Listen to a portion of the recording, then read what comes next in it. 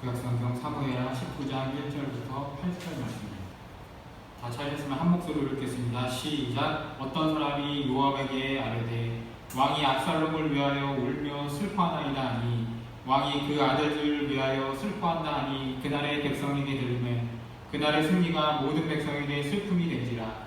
그날의 백성들이 싸움에 쫓겨 부끄러워 도망한 같이 가만히 성읍으로 들어가니라.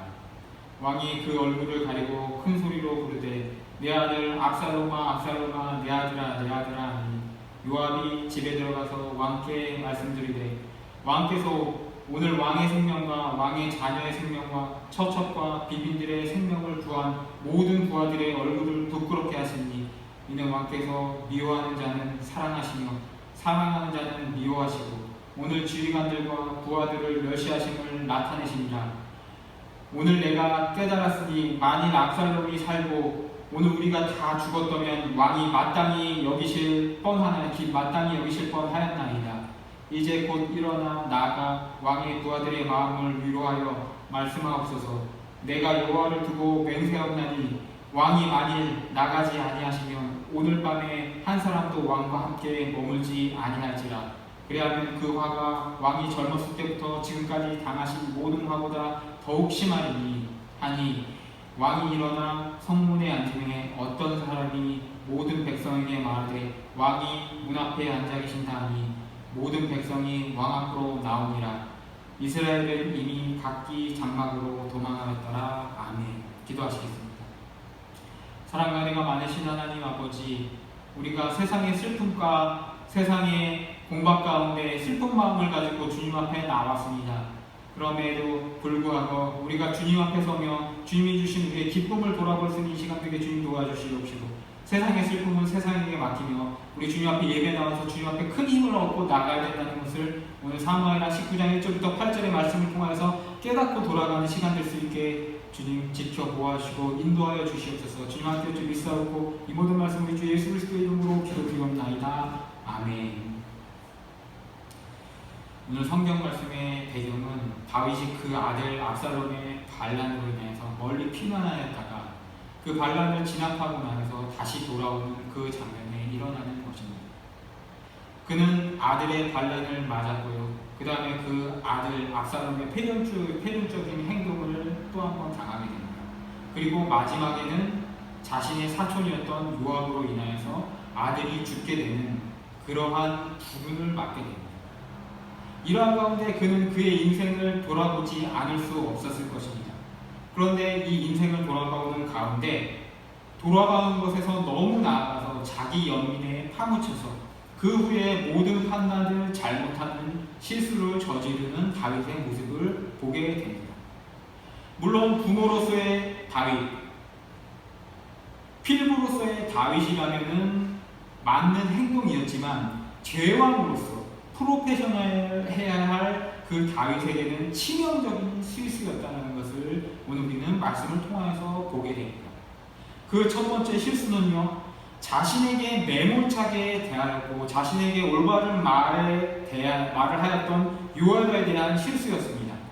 오늘 말씀 속에서 요압의 항의의 요지는 왕을 위하여서 죽음을 불사한 부하들이 개선하고 돌아와 주는데 그대로 환영하기는커녕 반역자 아들의 죽음을 애통해 하면은 결국에는 모든 사람이 당신에게서 돌아서게 될 것이라는 그러한 옳은 말이 요지였습니다.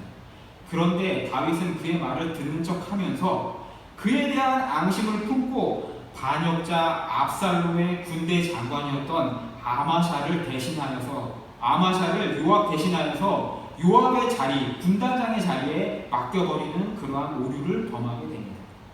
그는 이것을 통하여서 왕의 직무를 버려버리는 큰 실수를 하게 됩니다. 두 번째 실수는요, 시므이에 대한 용서였습니다.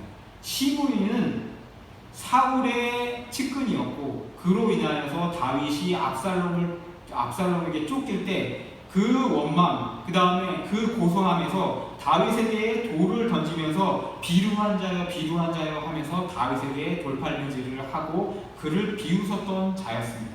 그런데 다윗이 개선하여서 돌아올 때 시므이가 비굴하게 그의 앞에 나와서 목숨을 구하게 됩니다. 시므이가 돌아오는 다윗을 맞이하면서 비굴이 자신의 목숨을 구할 때 다윗은 이를 용서해 줍니다. 우리가 얼핏 보기에 이것이 다윗의 아량이 넓은 것처럼 보이게 우리가 오해하지만 사실 이것은 다윗의 큰 실수였습니다.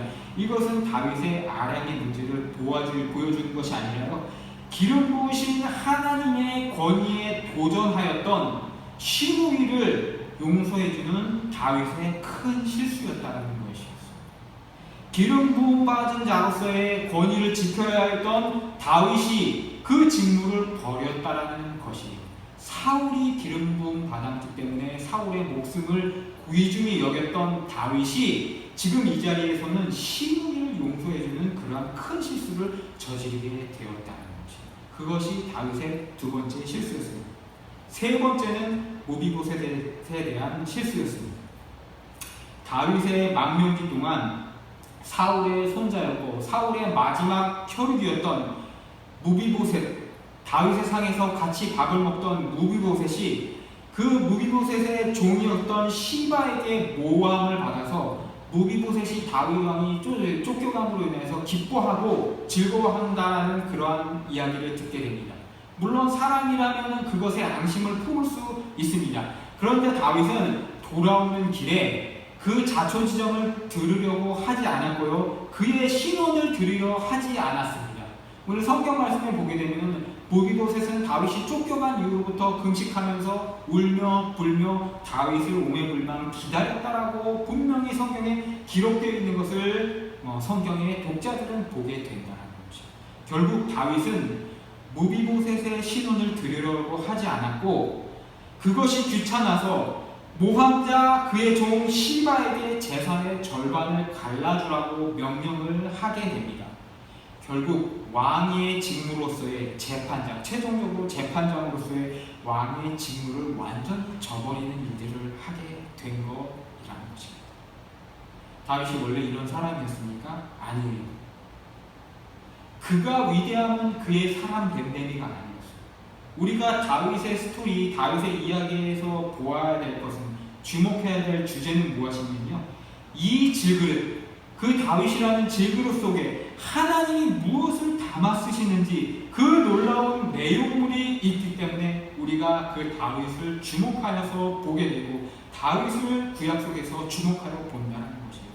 그런데 여러분 잘 아시다시피 그 내용물이 무엇입니까? 다윗 안에 들려있는 예수 그리스도라는 것입니다. 시편 20편, 22편을 보세요. 시편 22편을 보게 되면 그 시편 22편은 다윗의 고백인데 그 다윗이라는 연약한 질그릇 안에 어떤 보화가 들어가 있는지, 어떤 것이 그의 마음속에 넘실넘실되는지 우리가 쉽게 확인할 수 있는 내용을 보게 됩니다. 시편 22편은 그리스도의 고난에 대한 다윗의 예언의 시편입니다. 바로 그리스도의 예편으로서 다윗의 질그릇의 용도가 무엇인지 자신을 나타내는 그 시편 22편의 기록을 본인의 입으로 나타내고 있다는 것입니다. 다윗이 위대했을까요? 아니에요. 하나님이 그 질그릇을 쓰셨기 때문에 성령으로 말미암아, 성령의 능력으로 말미암아 그 안에서 그리스도의 능력이 넘쳐나기 때문에 그것이 시편을 통하여서 나타날 수밖에 없다는 것입니다. 시편 22편 1절에 내 하나님이여 내 하나님이여 어찌하여 나를 버리셨습니까? 라고 이야기하는 것. 무엇을 의미합니까? 예수 그리스도께서 십자가 앞에서 엘리 라마 사박다니 라고 이야기하는 것입니다. 다윗의 입으로 몇천 년 전에 고백을 하게 됩니다. 또 14절에 보면 나는 물같이 쏟아졌으며 나의 모든 뼈는 어그러졌으며, 무엇을 의미합니까? 예수 그리스도께서 십자가에 달리시고 창에 찔려서 물과 피를 쏟으셨으며 그의 다리가 꺾이기까지 고난을 받으신 것을 14절, 10편 22편 14절에서 이야기하고 있다. 또한 18절에 내 겉옷을 나누며 속옷을 제비뽑나이다 라는 구절은 그가 성령에 사로잡히지 않고서는 도저히 묘사해낼 방법이 없는 그런 위대한 예수 그리스도의 순환의 장면이라는 것입니다. 우리가 오해하고 있는 것과 달리 다윗의 위대함은 그의 인물 됨됨이, 그가 잘생겼고 그가 힘이 많았고 그것에서 시작한 것이 아니라 그는 원래 보잘것없는 질구리였는데 하나님이 그의 안에 무엇을 담아내셨는가에서부터 우리가 성경을 볼 때마다 구구절절 느껴야 한다라는 그러한 것입니다. 그래서 우리도 그 다윗과 같은 질그릇임에도 불구하고 하나님께서 쓰신다라면 우리도 다윗처럼 쓰여질 수 있다는 것에서 감격을 하고 그 안에서 우리의 헌신이 시작되는 것, 그것에서 우리가 다윗의 스토리를 봐야 한다는 거죠. 그런데 그 다윗은 오늘 그 하나님의 위대함을 담아냈던 그 위대한 질그릇으로 쓰였던 그 다윗, 지금 어떠한 행동을 하고 있습니까? 철저히 실패하고 있는 그러한 장면을 오늘 본문을 통하여서 가감없이 보여주게 되는 것을 우리가 보게 됩니다.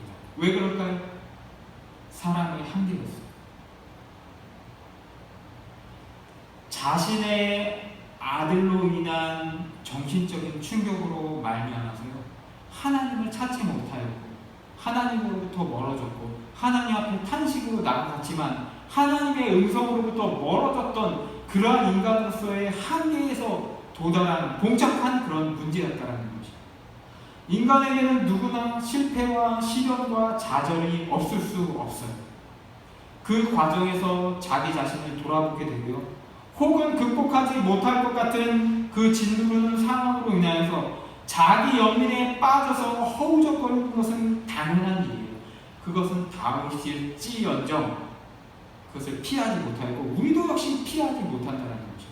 그런데 이 자기 연민이 어느 정도 자신의 상처를 핥는 행위, 그리고 상처를 보듬는 행위가 될 수 있지만 중요한 것은 무엇이냐면요, 만약 이것에 빠져들게 되면 판단력이 흐려지고 정신이 온전치 못한 곳까지 우리를 끌고 가게 되는 사단의 흉악한 도구로 쓰일 수 있게 된다는 것입니다. 다윗이 바로 지금 그 상황에 빠져들게 된다는 것입니다. 그래서 그 성령에 사로잡혀서 성령의 위대한 질그릇으로 사용되었던 다윗은 이제 오늘 사무엘하 19장에서 자포자기와 패배주의에 물들어서 엉망진창, 왕의 직무, 재판장의 직무, 그 모든 직무를 내팽개치고 될 대로 되라 하는 엉망진창 똥판으로 만들어놓은 그런 상황이 이르게 되었다는 거죠.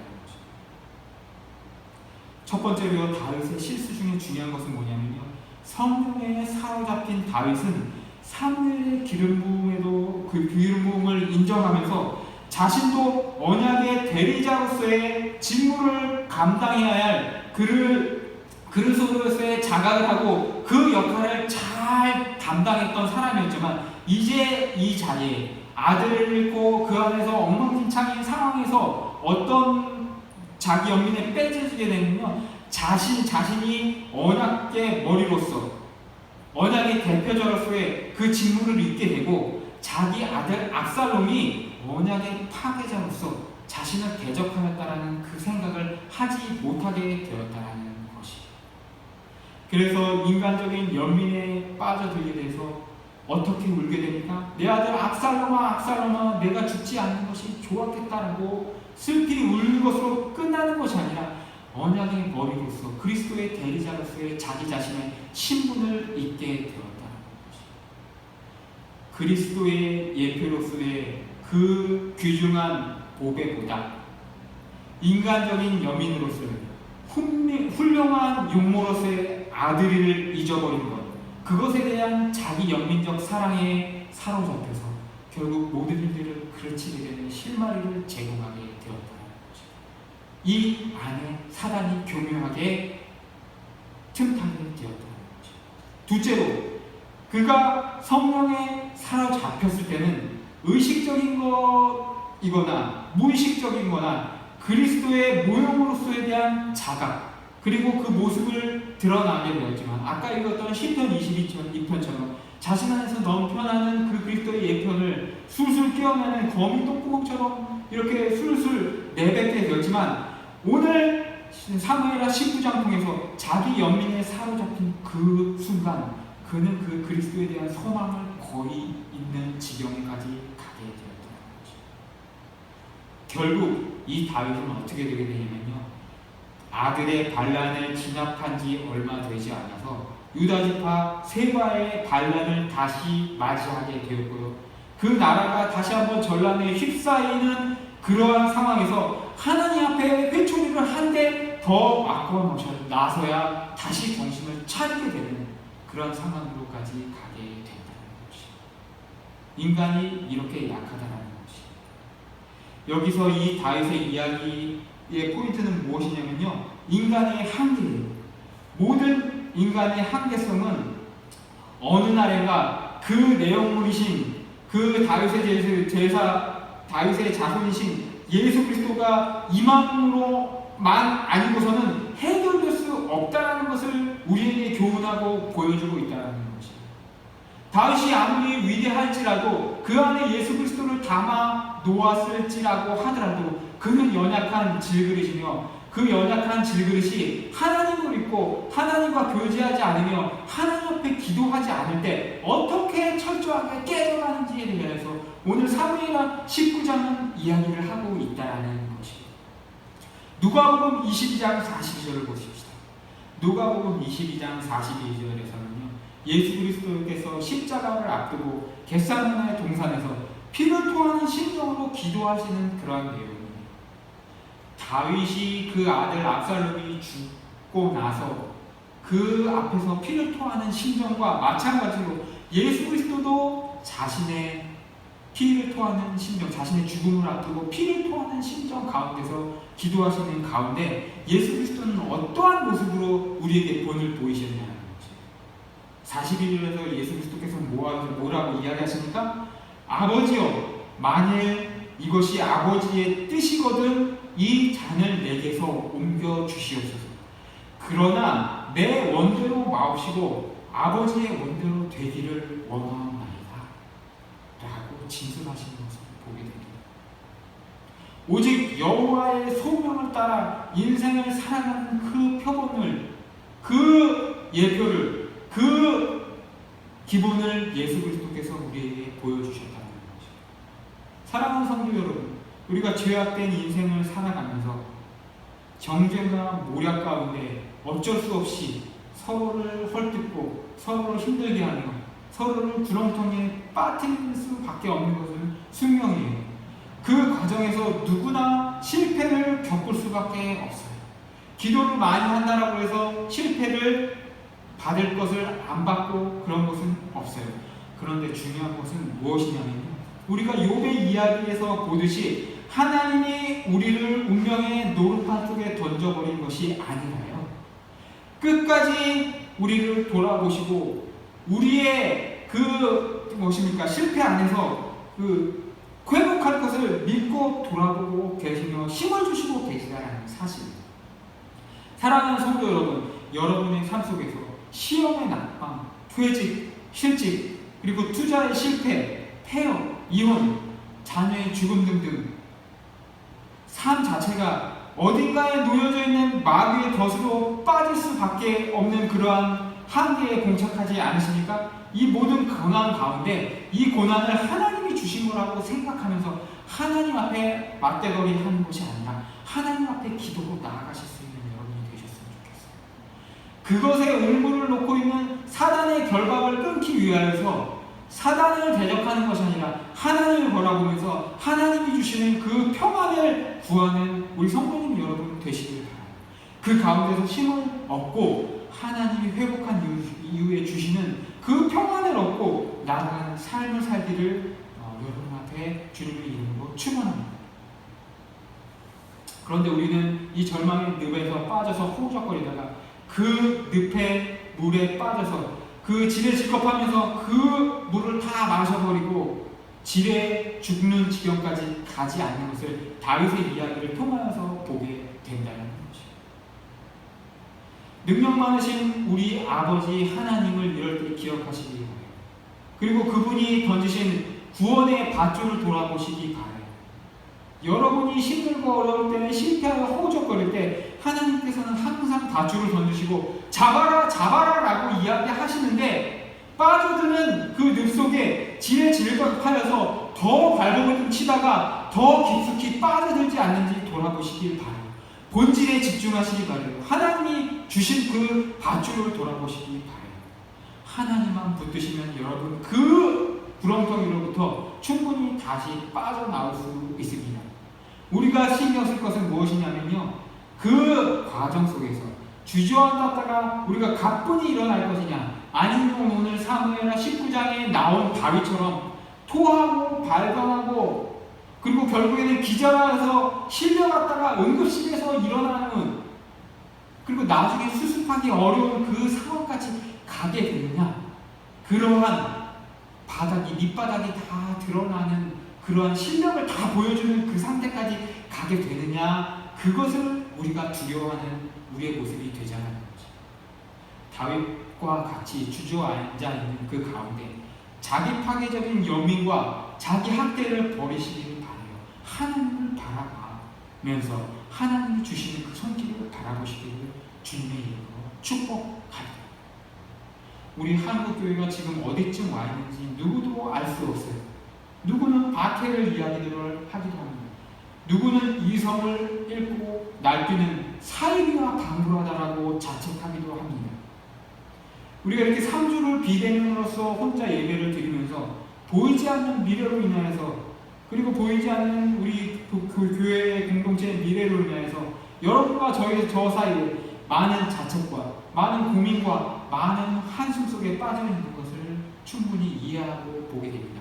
그런데 결론은 무엇이냐면요, 언젠가는 하나님께서 이 상황 속에서 벗어나게 해주신다는 것과, 그런데 그때에 나의 이 모습을 바라본다면 다윗처럼 자기 파괴적인 발광을 하면서 자기 연민과 자기 학대 속에 스스로 우리의 주변과 우리의 모든 것을 뭉개고 우리의 모든 것을 평판을 뭉개는 그러한 어리석은 행동을 하지 않는가, 스스로 평가하면서 잠잠히 이 시간을 돌아봐야 한다는 질문에 다다르게 되는 것입니다. 세상 사람들은 이렇게 이야기해요. 피할 수 없는 즐겨라라고 이야기합니다. 물론 쉽지 않습니다. 그러면요, 즐길 수 없다라면 그냥 절망하면서 살면서 자기 파괴하는 그런 행위만 하지 않는 것, 그리고 잠잠히 기다리는 것, 그것만으로도 우리가 충분히 할 것은 다 했다라는 것을 우리가 이 시간 깨닫고 나아갔으면 좋겠어요. 그러면 나중에 하나님께서 회복하였을 때 무엇인가 건질 것이 하나라도 있을 것이기 때문입니다. 그러기 위해서 결국 우리가 해야 할 것은 무엇입니까? 하나님의 뜻을 귀를 기울여야 합니다. 하나님께 기도하며 나아가며 잠잠히 하나님의 말씀에 귀 기울일 수 있는 우리 금안석교회의 성도 여러분과 저가 되시기를 주님의 이름으로 축복하면서 오늘 설교 말씀을 마치도록 하겠습니다. 여러분께 기도하시겠습니다. 사랑과 은혜가 많으신 하나님 아버지, 오늘 사무엘하 19장 말씀을 통하여서 다윗이 정말 큰 아들을 잃는 슬픔 속에서 자기 연민과 자기 학대와 자기 파괴로 인해서 어떠한 위기까지 가게 됐는지 오늘 돌아볼 수 있게 하신 것 감사드립니다. 우리 인간은 예수 그리스도를 모셨음에도 불구하고 이렇게 실력이 없는 자임을 오늘 말씀을 통하여서 보게 됩니다. 우리 오늘 현대를 사는 그리스도인들도 오늘 이 시대를 통하여서 비대면 예배를 통하여서 우리의 밑바닥 본성과 우리의 밑바닥 자기 파괴와 우리 밑바닥 연민을 우리가 맞대으면서 우리를 돌아보게 되는 이 시간입니다. 주님, 이 시간 우리의 실력을 돌아보는 것이 아니라 주님이 주시는 능력을 바라보며 주님이 주시는 그 밧줄, 주님이 주시는 그 손길을 귀 기울여 돌아볼 수 있는 이 시간 되게 주님 도와주시옵시고 은혜 내려 주시옵소서. 지만 교주를 있사옵고 이 모든 말씀 우리 주 예수 그리스도의 이름으로 기도드리옵나이다. 아멘. 지금 우리 주 예수 그리스도의 은혜와 하나님 아버지의 만극하신 사랑과 성령님의 감화 감동 인도 교통하심의 역사가 다윗과 같이 큰 슬픔에 빠졌음에도 불구하고 예수 그리스도와 같이 자신의 목숨을 내놓는 그 앞에서도 자신의 원대로가 아니라 하나님의 뜻을 바라보는 그 표본을 따라가기 원하는 우리 급안석교회 성도들 머지머리 위에 지금부터 영원토록 함께 있을지어다.